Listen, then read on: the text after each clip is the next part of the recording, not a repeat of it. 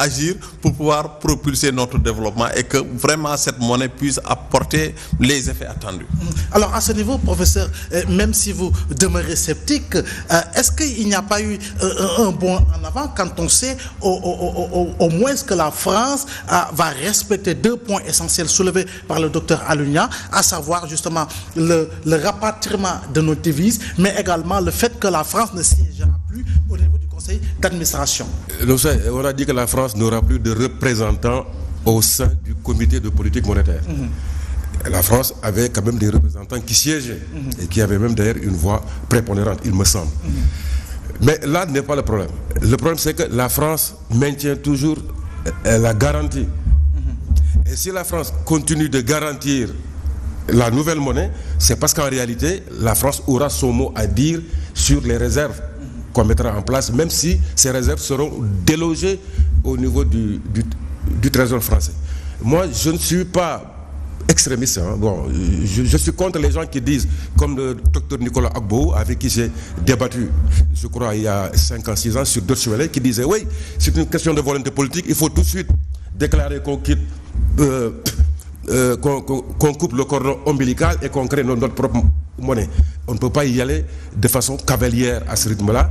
Et je suis aussi contre ceux qui veulent s'accrocher. On doit quitter, quel que soit alpha, cette dépendance de la monnaie africaine par rapport au trésor français. Ce n'est plus possible que 60 ans après qu'on continue de s'accrocher.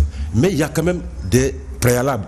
Parce que nous sommes quand même, je crois, 14 États au niveau de la CEDEAO. Il faut mettre en place des critères de convergence que les gens doivent respecter. Il faut que les gens créent de la valeur. Il faut que l'économie marche. Il faut aussi, comme je l'ai toujours dit, il faut qu'il y ait une discipline politique, une discipline monétaire, une discipline économique. On ne peut pas, parce que la monnaie est très sensible, on ne peut pas, avec des États où il n'y a pas de démocratie, ou bien on a des apprentis dictateurs, vouloir dire que nous allons mettre en place notre propre monnaie. Vous voyez, donc sur le plan politique, il y a des interdépendances qu'il faudra au préalable régler. En réalité, sur le plan monétaire, nous devons être quand même indépendants pour pouvoir agir sur certains leviers économiques. Parce qu'il y a des leviers sur lesquels les autorités monétaires et même politiques doivent, si vous voulez, agir pour peut-être baisser les taux d'intérêt, lever les taux d'intérêt, etc., mettre en place une politique inflationniste, est-ce que vous voulez, etc., faiblir la monnaie même par rapport à des devises étrangères. Tout ça, ce sont des options de politique économique. Et tant qu'on est lié avec une puissance étrangère, comme la France, on ne pourra pas se départir, évidemment, pour avoir une indépendance par rapport à ces leviers qu'on peut évidemment, donc, sur lesquels on peut agir pour mener une véritable politique économique. Ouais, mais à plus ou moins long terme, il faut aller effectivement vers cette indépendance monétaire, cette indépendance financière. Ça, il faut le faire. Mais il ne faut pas y aller avec passion.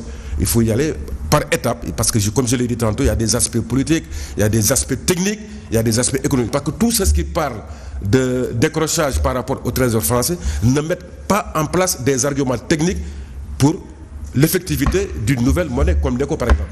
Mais quand même le docteur Samba Sylla est pour une indépendance monétaire, mais vous savez qu'aujourd'hui, même sa position a un peu varié. Parce qu'il commence à dire, oui, même les États peuvent mettre en place leur propre monnaie. Au lieu de mettre une monnaie unique.